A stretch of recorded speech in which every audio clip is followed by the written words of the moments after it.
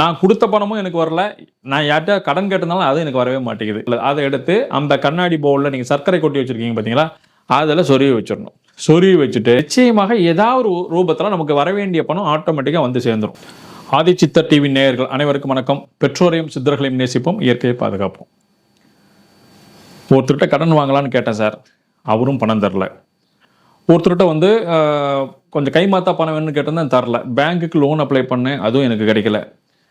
எங்கே போனாலும் சரி, நான் கொடுத்த பணமும் எனக்கு வரல, நான் யார்கிட்ட கடன் கேட்டிருந்தாலும் அது எனக்கு வரவே மாட்டேங்குது.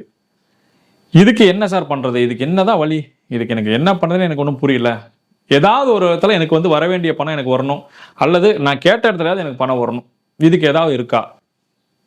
பெரிய பெரிய கோயிலுக்கெல்லாம் போய் இதுக்கெல்லாம் என்ன பண்ணுறது எனக்கு ஒன்றும் புரியல. இதுக்கு ஏதாவது சூச்சமாக இருக்குதான்னு தெரியல. இதை வந்து கணவராக இருக்கக்கூடிய மனைவிட்ட சொன்னால், நீ யாரை கேட்டு நீங்கள் அவங்ககிட்ட வாங்கினேன்னு கேட்பாங்க, இல்லைன்னா யாரை கேட்டு கொடுத்தேன்னு சொல்லுவாங்க. மனைவி வந்து அது மாதிரி பண்ணியிருந்தாங்கன்னா கணவர் கேட்பாரு, நீ யாரை கேட்டு அவங்களுக்கெல்லாம் பணம் கொடுத்தேன்னு கேட்பாரு. இப்போ எல்லா பக்கமே எனக்கு சிக்கலான ஒரு சூழ்நிலையாக தான் இருக்குது. இது யாருக்கும் தெரியாமல், எந்த பிரச்சனையும் இல்லாமல் சுமூகமாக இந்த பணத்தை மட்டும் நான் வாங்கிடணும். இதுக்கு ஏதாவது வழிகள் இருக்கா? இதுதான் என்னுடைய கேள்வி. இதுக்கு ஏதாவது பண்ண முடியுமா அப்படின்னா, நிச்சயமாக செய்யலாம். என்ன செய்யலாம்? வெள்ளிக்கிழமை நாட்களில் சுக்கிரஹோரை.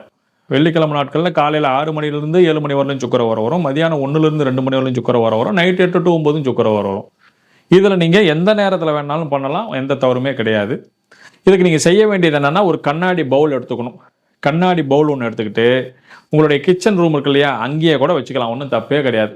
கண்ணாடி பவுல் ஒன்று எடுத்துக்கோங்க. அதை எடுத்துக்கிட்டு அதில் சர்க்கரை, நாட்டு சர்க்கரை அது இதெல்லாம் எதுவுமே கிடையாது, நார்மலாக இருக்கக்கூடிய ஒயிட் சர்க்கரை, வெள்ளை சர்க்கரையை வாங்கி அந்த கண்ணாடி பவுல் ஃபுல்லாகவே வந்து ஃபுல் பண்ணி வச்சிடணும். ஃபுல் பண்ணி வச்சுட்டு நம்ம நார்மலாகவே நம்ம உணவுக்கு பயன்படுத்தக்கூடிய லவங்க பட்டைன்னு சொல்லுவாங்க, பட்டைன்னு சொல்லுவாங்க, சுருள் பட்டை.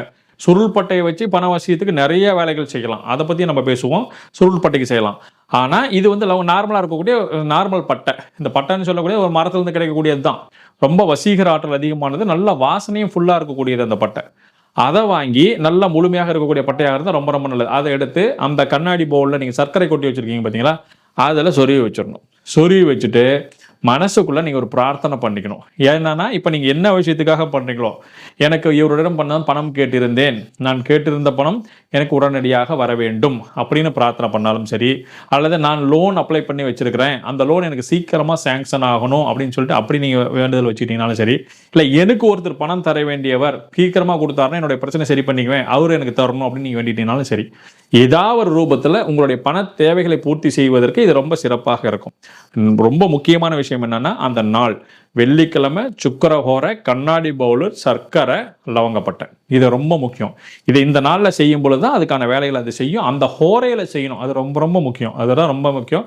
எந்த ஒரு செயலை செய்வதற்கு முன்னாடி நம்மளுடைய குலதெய்வத்தையும் இஷ்ட தெய்வத்தையும் வேண்டிக்கணும். இதே மாதிரி இந்த காரியத்தை நான் செய்ய போகிறேன், இதனால் எனக்கு பெரிய நன்மைகள் நடக்கணுன்ற மாதிரி சொல்லிட்டு நம்ம பண்ணிக்கணும். அவ்வளோதான். இதை செஞ்சீங்கன்னா நிச்சயமாக ஏதாவது ஒரு ரூபத்தில் நமக்கு வர வேண்டிய பணம் ஆட்டோமேட்டிக்காக வந்து சேர்ந்துடும். இதை பண்ணிட்டீங்கன்னா போதும், வேறு எதுவும் பெருசாக பண்ணுங்கிற அவசியம் கிடையாது.